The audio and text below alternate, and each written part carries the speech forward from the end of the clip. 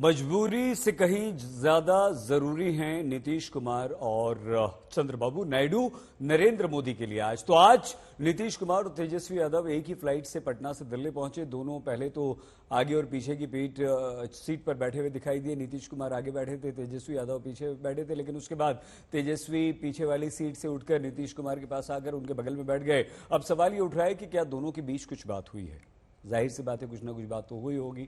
उधर नीतीश कुमार और चंद्रबाबू नायडू को लेकर दोनों ओर से जुबानी बयानबाजी हो रही है। इंडिया गठबंधन नीतीश और चंद्रबाबू दोनों को अपने पाले में लाने की कोशिश कर रहा है।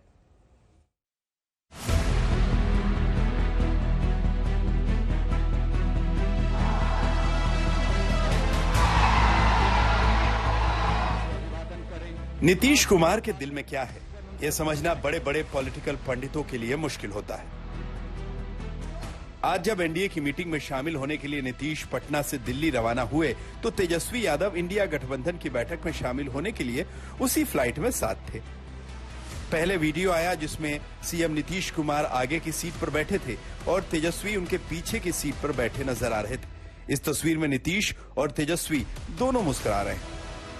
कुछ देर बाद आई दूसरी तस्वीर ने सभी को हैरान कर दिया, जिसमें नीतीश और तेजस्वी दोनों अगल बगल बैठे दिख रहे हैं। यानी फ्लाइट टेक ऑफ होने के बाद तेजस्वी पीछे से उठकर चाचा नीतीश के पास आ गए। सवाल है कि दोनों के बीच क्या बात हुई। क्या तेजस्वी ने एक बार फिर से नीतीश को इंडिया गठबंधन के साथ आने का ऑफर दिया?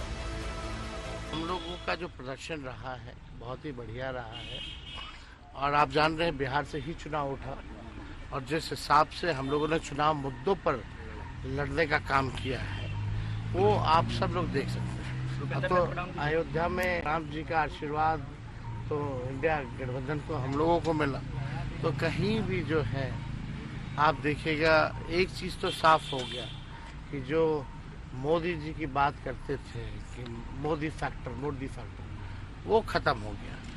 भाजपा जो है मेजॉरिटी से दूर चली गई है। जो सहयोगी हैं अब उन पर डिपेंडेंट है। लेकिन चिराग पासवान मौजूदा हालात को देखते हुए सीएम नीतीश की तारीफ करते नजर आए। विपक्ष की महत्वाकांक्षाएं रही हैं और अपनी महत्वाकांक्षाओं को सत्ता पाने की महत्वाकांक्षाओं को सिद्ध करने के लिए विपक्ष ने हमेशा अपनी सिद्धांतों से, अपने विचारों से समझौता करने का कार्य किया। आज भी विपक्ष इस बात से कतई परहेज नहीं करता है कि अगर उसे जनादेश का अपमान भी करना पड़े। ये जनादेश एनडीए के पक्ष में है। मेरे मुख्यमंत्री जी की पार्टी को मिला हुआ जनादेश हो, मेरी पार्टी को मिला हुआ जनादेश हो, भारतीय जनता पार्टी को मिला हुआ जनादेश हो, ये एनडीए को मिला हुआ जनादेश है। वहीं आरजेडी बीजेपी पर नायडू और नीतीश को लेकर तंज कस रही है। कहाँ चक्कर में पड़े हैं आप लोग? अभी तो 12 घंटे नहीं हुए, 24 घंटे नहीं हुए हैं भाई, इंतजार करिए। मैं और कुछ नहीं कहना चाहता। केसी त्यागी जी उस दल के हैं, लेकिन मैं नीतीश जी की राजनीति से वाकिफ हूँ, चंद्रबाबू जी की राजनीति से वाकिफ हूँ। वो व्यक्ति केंद्रित विमर्श, आत्ममुग्ध नेतृत्व को या तो दुरुस्त कर देंगे या उसके साथ सहज नहीं होंगे। अब आप मेरी बात का जो मतलब निकाल सकें निकाल लें।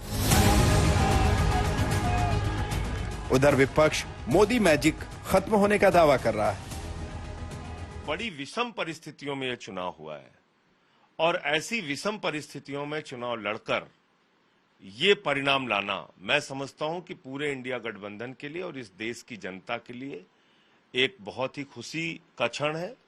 बधाई की पात्र है इस देश की जनता, जिन्होंने बीजेपी को सबक सिखाने का काम किया। ये जनादेश महंगाई के खिलाफ है, बेरोजगारी के खिलाफ है। आप स्वीकार तो करो कि हम हार गए हैं। बीजेपी को बहुमत नहीं मिला है भाई।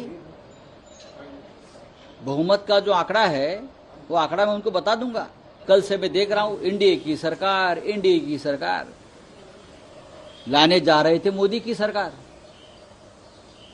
मोदी जी की सरकार लाने की बात हो रही थी ना।